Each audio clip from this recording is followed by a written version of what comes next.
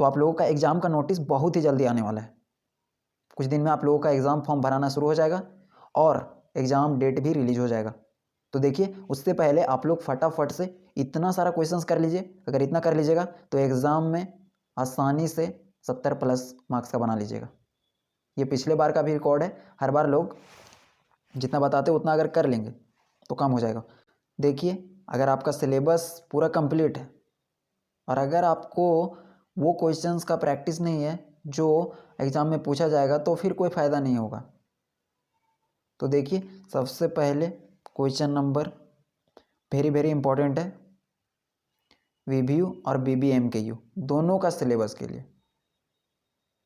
तो find the nth differential coefficient of e to the power ax। e to the power ax का nth differential coefficient निकालना है, या फिर इसी को बोल सकता है if y is equal to e to the power ax then find yn and yn+1। इसका सिंपल सा मतलब है ना कि अगर कोई फंक्शन दिया गया है तो उसको n टाइम डिफरेंशिएट कीजिए, उसी को बोला जाता है nth डिफरेंशियल कोफिशिएंट।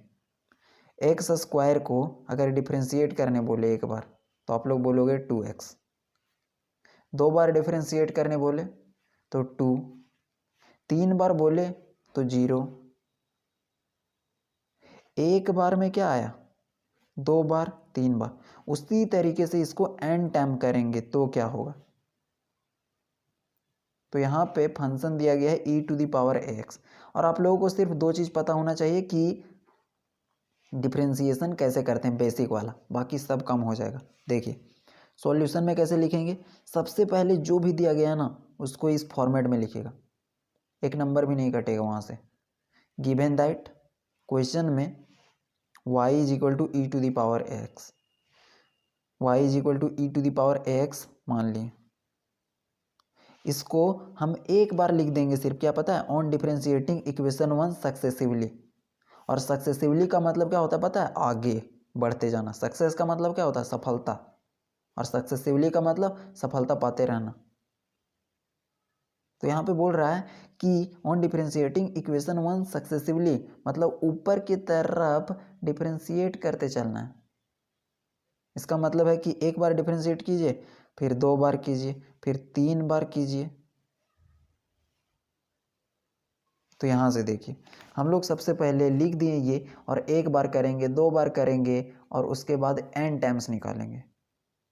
yn है मतलब क्या कि ये जो फंक्शन दिया गया है ना इसको n बार डिफरेंशिएट कीजिए,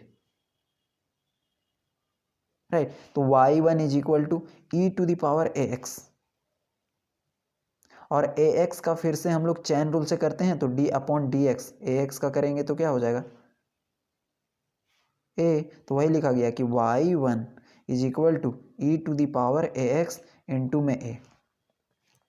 फिर निकालेंगे y2, और y2 जब लिख रहे हैं ना तो इसका सिंपल सा मतलब है, देखिएगा, अगर y1 कहीं लिखा गया इसका मतलब है कि dy/dx, और y2 अगर कहीं लिखा गया मतलब 2 बार डेरिवेटिव करना है, d2y/dx²। और अगर आप लोगों को कंप्लीट इसका क्लास करना है, कुछ नहीं पढ़ें, तो चैनल के प्लेलिस्ट में पूरा का पूरा चैप्टर पड़ा हुआ है, उतना कर लोगे ना तो ये इंपॉर्टेंट क्वेश्चंस का भी ज़रूरत नहीं पड़ेगा,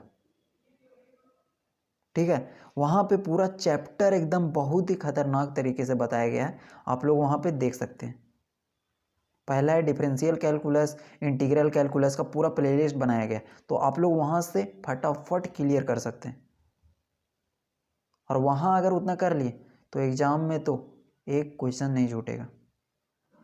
और अगर आप लोगों का कॉन्सेप्ट क्लियर है तो यहाँ से आगे फिर देखिए, y1 का मतलब क्या, y2 का मतलब क्या होता है, ये सब पूरा बताया गया, और आपका वहाँ से नोट्स भी तैयार हो जाएगा। अब क्या निकालेंगे, y2 is equal to a, constant हो जाएगा, क्योंकि a b c ना जनरली कांस्टेंट माना जाता है। a को बाहर निकाल दिए, अब करेंगे किसका, e to the power ax का, फिर से उसी प्रकार से जैसे ऊपर वाले को किए तो e to the power ax का, तो e to the power ax का क्या हो जाएगा, e to the power ax, और फिर से ax का करेंगे चैन रूल से, जैसे यहाँ पे किए थे। तो ए एक्स का हो जाएगा ए, और x का 1 तो हम उसको लिख नहीं रहे। दूसरा, इसको अरेंज कर दे रहे हैं। अभी तक y1 निकालें, अरेंज किए, y2 निकालें, इसको भी अरेंज कर रहे हैं। अरेंज कैसे कर रहे हैं? a और a 2 बार है तो a स्क्वायर इंटू में e to the power ax। अब निकालते हैं y3, और जब यहाँ पे लिखा गया है y3, इसका मतलब क्या है पता है? कि इसका 3 बार डिफरेंशिएशन कीजिए। तो y2 को एक बार और कर देंगे। तो यहाँ से देखिए a2 पहले से था, ठीक है, क्या था इधर बता देते हैं। y2 का वैल्यू था a2 इंटू में e टू द पावर में ax। इसको एक बार और करने के लिए बोलेगा y3, तो a2 कांस्टेंट बाहर, e to the power ax का e to the power ax, और फिर ax का करेंगे चैन रूल से, तो वो आ जाता है a। देखिए a और a स्क्वायर a क्यूब हो जाएगा, और e to the power ax। y3 का वैल्यू ये आया, वही लिखा गया कि y3 का वैल्यू a क्यूब इंटू में e to the power ax। तो हम लोग क्या देख रहे हैं ना कि जब 1 है तो a के पावर में 1 है और e to the power ax। y2 निकालें तो a के पावर में 2 है और e to the power ax। और जब y3 निकालें, यहाँ पे 3 है तो a के पावर में 3 e to the power ax। तो हम लोगों को एक पैटर्न दिखने लगा। क्या पैटर्न दिख रहा है? कि 1 है तो a के पावर में 1, 2 है तो a के पावर में 2, और 3 है तो a के पावर में 3, और e to the power ax fix है। तो उसी तरीके से अगर y4 निकालेंगे तो a के पावर में 4 हो जाएगा और e to the power ax हो जाएगा। अब किसी को लग रहा होगा कि ऐसा कैसे हो गया, क्योंकि पैटर्न को हम लोग को देखना रहता है। देखिए y3 का अगर निकालेंगे ना तो वही आ जाएगा। आप लोग साइड से भी निकाल सकते हैं। क्या हो जाएगा? y4 निकालेंगे, a क्यूब कांस्टेंट बाहर, e to the power ax का e to the power ax, और ax का a। तो देखिए a और a क्यूब, a के पावर में 4 और e to the power ax, वही लिखा गया। तो हम लोग क्या देख रहे हैं कि जब 2 है तो a के पावर में 2, 3 है तो a के पावर में 3, 4 है तो a के पावर में 4, क्योंकि इसको निकालते जाएंगे तो 5 का निकालेंगे, 6 का निकालेंगे, 7 का निकालेंगे, कभी पहुंच पाएंगे क्या n तक? क्योंकि n थोड़ी ना फिक्स नंबर है। n का मतलब कोई भी जनरल टर्म, एक नाम दे दिया गया है n, मतलब यहाँ पे 10, 15, 20 कुछ भी हो सकता है।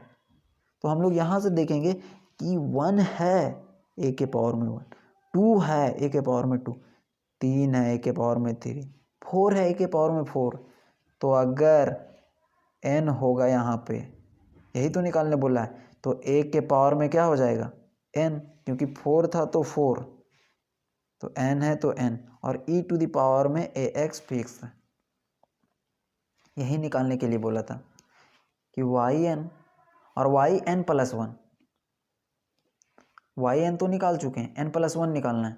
तो जहाँ जहाँ n दिख रहा है, यहाँ पे n है, वहाँ पे n प्लस रख देंगे, n प्लस 1 रख देंगे, तो यहाँ पे n, यहाँ पे n, तो यहाँ से निकाल देंगे y is equal to n plus 1 is equal to a के पावर में n के पास क्या रखना है? n प्लस 1, n प्लस 1, और यहाँ पे तो फिक्स है। तो ये था डिफरेंशियल कोफिशिएंट निकालने का तरीका, और बहुत ही इंपॉर्टेंट क्वेश्चन है। तो इसको आप लोग अच्छे से नोट कर लीजिए, और जितना इंपॉर्टेंट क्वेश्चन करवाया जा रहा है फटाफट कर लीजिए। एग्जाम में बिना किसी के देखे आप आसानी से लिख लीजिएगा। Thank you.